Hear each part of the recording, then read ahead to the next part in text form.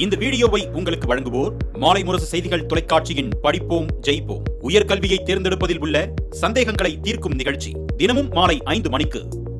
வணக்கம். மாலை முரசு செய்திகளை விரிவாக பார்ப்பதற்கு முன் தலைப்புச் செய்திகளை பார்க்கலாம். 18வது IPL சீசன் தொடரில் முதல் முறையாக மகுடம் சூடியது ராயல் சேலஞ்சர்ஸ் பெங்களூரு அணி. 6 ரன்கள் வித்தியாசத்தில் பஞ்சாபை வீழ்த்தி கோப்பையை கைப்பற்றி அசத்தல்.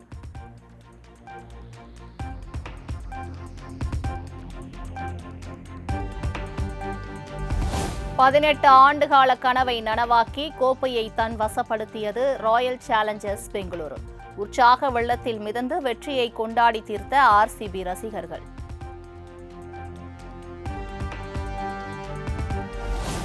பெங்களூருவில் RCB அணி வெற்றியை பட்டாசுகள் வெடித்தும் நடனமாடியும் கொண்டாடி தீர்த்த ரசிகர்கள். ரசிகர்களின் வெற்றி கொண்டாட்டத்தால் ஸ்தம்பித்து போன பெங்களூரு நகரம்.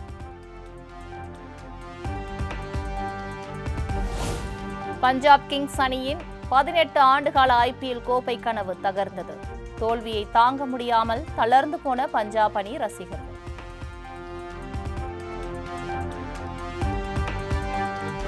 IPL தொடரில் பெங்களூரு அணியின் வெற்றி உறுதியானதும் ஆனந்த கண்ணீர் விட்டு அழுத விராட் கோலி. வீடியோ இணையத்தில் வைரல்.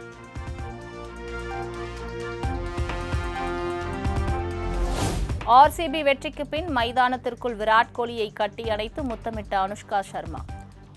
வெற்றி களிப்பில் தன் மனைவியிடம் எமோஷனலை வெளிப்படுத்திய விராட்.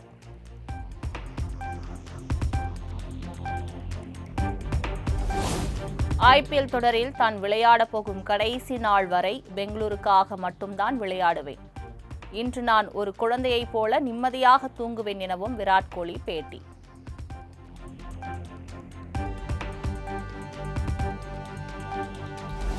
அடுத்த ஆண்டு திரும்பி வந்து சிறப்பாக விளையாடி கோப்பையை வெல்வோம் என பஞ்சாப் அணி கேப்டன் ஸ்ரேயாஸ் ஐயர் நம்பிக்கை. எங்களால் மீண்டும் நல்ல கிரிக்கெட்டை விளையாட முடியும் எனவும் பேட்டி. IPL தொடரில் மகுடம் சூடிய பெங்களூரு அணிக்கு முதலமைச்சர் MK ஸ்டாலின் வாழ்த்து. 18 ஆண்டுகளாக கனவை சுமந்து வந்த கோலிக்கு இந்த கிரீடம் பொருத்தமாக இருக்கும் என X தளத்தில் பதிவு.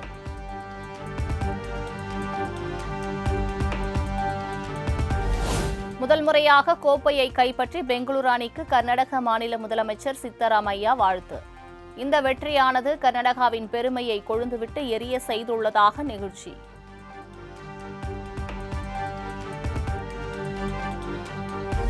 அகமதாபாத்தில் நடைபெற்ற IPL இறுதிப் போட்டியின் தொடக்க விழாவில் இந்திய ராணுவத்திற்கு மரியாதை.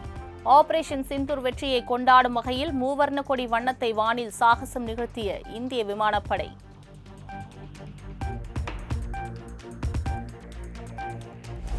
ஆபரேஷன் சிந்தூர் நடவடிக்கைகளுக்கு பிறகு பிரதமர் மோடி தலைமையில் இன்று கூடுகிறது மத்திய அமைச்சரவை கூட்டம். பிரதமர் மோடியின் 3வது பதவிக்காலத்தின் 1ஆம் ஆண்டு நிறைவை குறிக்கும் வகையில் முக்கிய ஆலோசனை.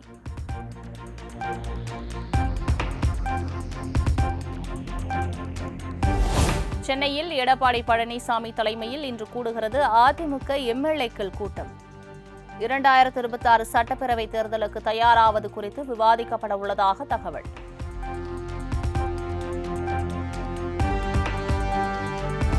கன்னட மொழி குறித்த விவகாரத்தில் கமலின் கடிதம் திருப்தி அளிக்கிறது. மன்னிப்பு கேட்பதில் கமலுக்கு ஈகோ ஏன் என கர்நாடக உயர்நீதிமன்றம் கேள்வி.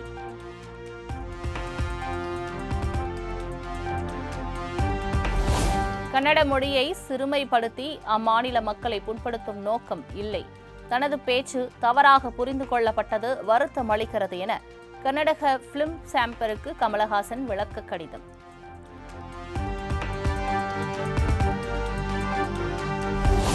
தக் லைஃப் பட விவகாரத்தில் கமலஹாசன் மன்னிப்பு கேட்க மாட்டார், கேட்கவும் கூடாது. மாலை முரசு தொலைக்காட்சிக்கு பிரத்யேக பேட்டியளித்த சீமான் திட்டவட்டம்.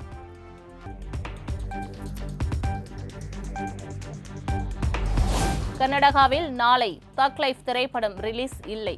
கமலின் ராஜ்கமல் தயாரிப்பு நிறுவனம் அறிவிப்பு.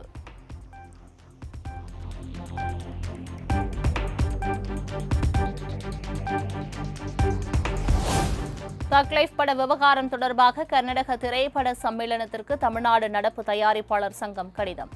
தக் லைஃப் திரைப்படத்தை வெளியிட அனுமதிக்க கோரிக்கை.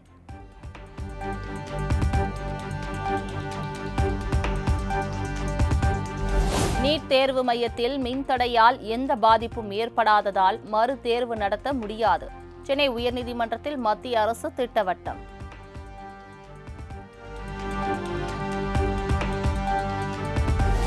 சென்னை பல்கலைக்கழக பேராசிரியர்கள் ஊழியர்களுக்கு கடந்த மாதம் சம்பளம் வழங்கவில்லை என எடப்பாடி பழனிசாமி குற்றச்சாட்டு.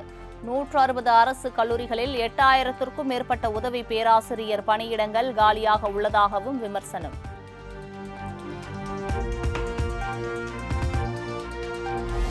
வாக்காளர்களுக்கு பெட்டி பெட்டியாக பணம் கொடுத்தாலும் 2026இல் தமிழகத்தில் ஆட்சி மாற்றம் உறுதி.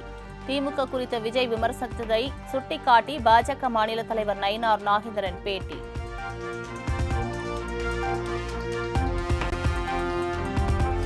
அண்ணா பல்கலைக்கழக மாணவி பாலியல் வன்கொடுமை வழக்கில் பல விடை தெரியாத விஷயங்கள் இருப்பதாக அண்ணாமலை அடுக்கடுக்காக கேள்வி.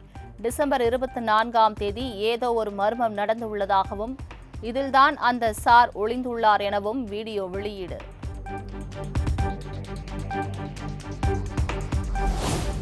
அண்ணா பல்கலைக்கழக மாணவி பாலியல் வழக்கில் தன் மீதான குற்றச்சாட்டுக்கு ஆதாரம் இருந்தால் நிரூபிக்க தயாரா?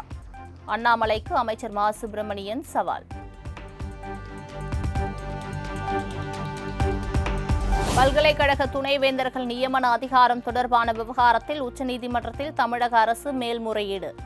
துணைவேந்தர்களை நியமிக்கும் அதிகாரத்தை தமிழக அரசுக்கு வழங்கும் சட்டத்திற்கு உயர்நீதிமன்றம் இடைக்கால தடை விதித்த நிலையில் நடவடிக்கை.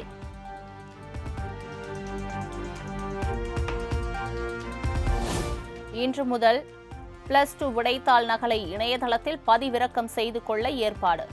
மறுமதிப்பீட்டிற்கு ஒவ்வொரு பாடத்திற்கும் 505 ரூபாய் கட்டணம் செலுத்த வேண்டும் என அரசு தேர்வுகள் இயக்கம் அறிவிப்பு.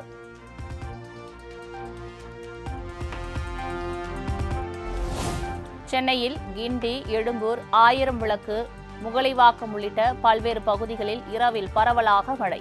கோயம்பேடு, விருகம்பாக்கம், மதுரவாயல் உள்ளிட்ட பகுதிகளில் பெய்த மழையால் குளிர்ச்சியான சூழல்.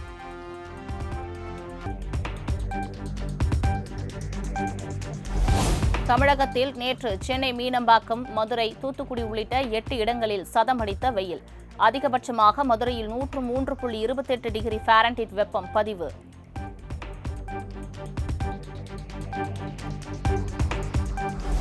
நெல்லை அருகே தாமிரபரணி ஆற்றில் சாகுபடிக்காக திறக்கப்பட்ட தண்ணீரில் சிக்கியவர்கள் மீட்பு. 20 பேரையும் கயிறு கட்டி பத்திரமாக மீட்ட தீயணைப்புத்துறை வீரர்கள்.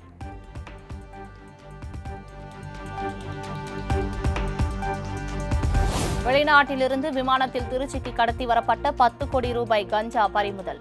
கடத்தலில் ஈடுபட்ட பயணியிடம் சுங்கத்துறை அதிகாரிகள் தீவிர விசாரணை.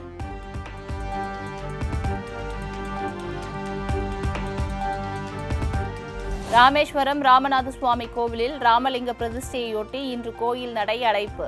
காலை 7 மணி முதல் மாலை 5 மணி வரை அடைக்கப்படும் என கோயில் நிர்வாகம் அறிவிப்பு.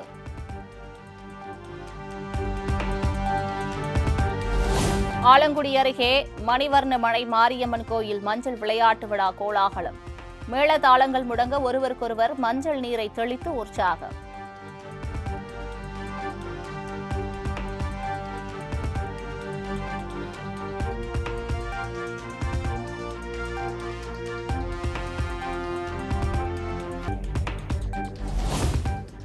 ஆபரேஷன் சிந்தூர் குறித்து விவாதிக்க நாடாளுமன்ற சிறப்பு கூட்டத்தை கூட்ட வேண்டும். பிரதமர் மோடிக்கு இந்தியா கூட்டணி கட்சிகள் கடிதம்.